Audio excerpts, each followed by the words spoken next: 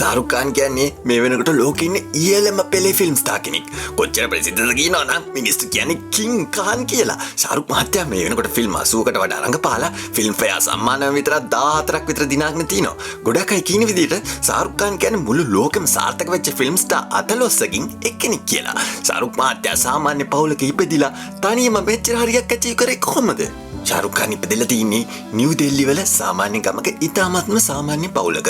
ශාරුක් පොඩි කාලේ එයාලට සල්ලි තිබිලම නෑ. හැබැයි පොඩි කාලේ ඉඳලම ශාරුක් මහත්තයාට රඟපාන්න ඕනකමක් තිබුණලු. ශාරුක් මහත්තයා කියන විදිහට බොරුවට බඩේ අමාරු ඇතුණු විදිහට පන්ති කර රඟපෑම් කොච්චර හොඳට ටීචර් විශ්වාස කරාද කිව්වොත් එයා ප්‍රශ්න කිරීමක් නැතුවම ඉන්ටර්වල් එකේ ගෙදර යවලු.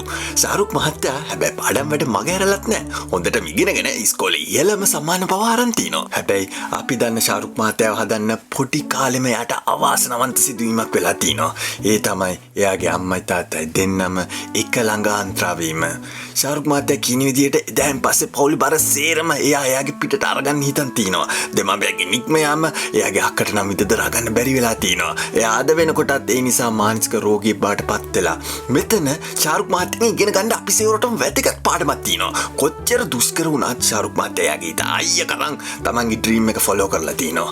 අම්මා තාත්තා හිටිකම අන්ත්‍රා වුණ නිසා එයාට ජීවිතය ගැන කියලා දෙන්න කවුරුත්ම ඉඳලා නැහැ. හැබැයි ශාරුක් මහත්තයා කොච්චර අමාරුණත් කොහොම හරි හිත තද කරන් නළුවෙක් වෙන්න හීනේ හොයන් ගන්න තීරණය කරලා තිනවා. අපි දන්න ගොඩක් අය මොකක් හරි සුළු බාධකයක් ආපු හැටිම තමන් කරන්න හදන එක මක නතර කරනවා.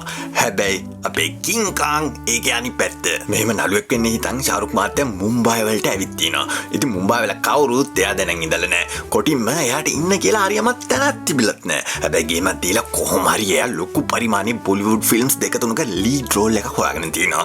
දීවනා කියන ෆිල්ම් එකෙන් ගොඩක් මිනිස්සු ශාරුක් මහත්තයා පළවෙනි පාරට අඳුරගෙන තිනවා. මුල් කාලේ ඉඳන්ම අමුතු විදිහේ ඇක්ටිං ස්ටයිල් එකක් තියෙනවා කියලා ඩිරෙක්ටර් මහත්තරුන්ට තේරුණාත් ශාරුක් මහත්තයාගේ ඇත්තම ගමන බොලිවුඩ් ෆිල්ම් එකක් වගේ නාටලා සින්දු කියන්න පුළුවන් වුණ જાති එකක් නෙමෙයි. ගොඩක් අය ශාරුක් මහත්තයා කැතයි, ඇක්ට් කරන්න බෑ, ඩයලොග් කියනකොට මහ ගොන්, ඩාන්ස් කරන්න බෑ කියලා ලෝකෙ නැති කතා කියලා තියෙනවා. ශාරුක් මහත්තයා කියන විදිහට එව්ව හදේ හිත කීරි කෑවත් එයාගේ ඇක්ටිං ස්ටයිල් එක දිනු කරන් තිනවා එයාගේ වාසියට. ඒ කිව්වේ අපේ ශාරුක් මහත්තයා පියරන් තිනවා එයාට ෆුල් සෙක්සි මොඩල් ලුක් එකක් නෑ කියලා. ඒ වුණාට එයාගේ ඇක්ටිං එක දීලා තිනවා මිනිස්සුන්ගේ හදවතට දැනෙන්න. ශාරුක් මහත්තයාගේ චරිත දැක්කාම අපිට මේක හොඳට තේරෙනවා. කොච්චර රියල්ද ඇස් වලින් ඉමෝෂන්ස් දෙන්න පුළුවන්. මේ වගේ දේවල් දැන් මිනිස්සු ශාරුක් ගැන කිව්වට එයා පටන් ගත්ත කාලේ හැමෝම එයාට hina වෙලා තිනවා. මේකත් ලොකු පාඩමක් අපිට ඉගෙන ගන්න. අපි සේරම උත්සාහ කරන්නේ අපි ළඟ නැති දේවල් ගැන හිතලා අපිට බෑ කියලා හිතන්න. ශාරුක් මහත්තයා එයා ළඟ නැති ලස්සන ගැන හිතලා give up කරේ නෑ.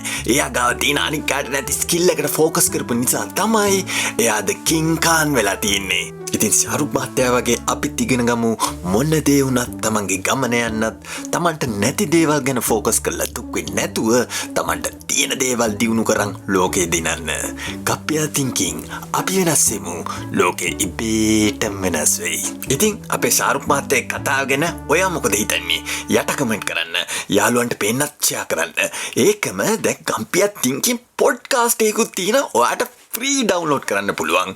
ඒකම මේ වගේ ඉන්ස්පයරිං වීඩියෝස් තව බලන්න ආස නම් මේ channel එකට subscribe කරන්න. හැම සඳුදාම ගප්පියා තින්කින් වීඩියෝස් උදේ පාන්දරම 6ට. එහෙමනම් තවත් වීඩියෝ එකකින් ලබන සතියේ හම්බෙමු. ඕගොල්ලෝ සේරටම ජය වේවා.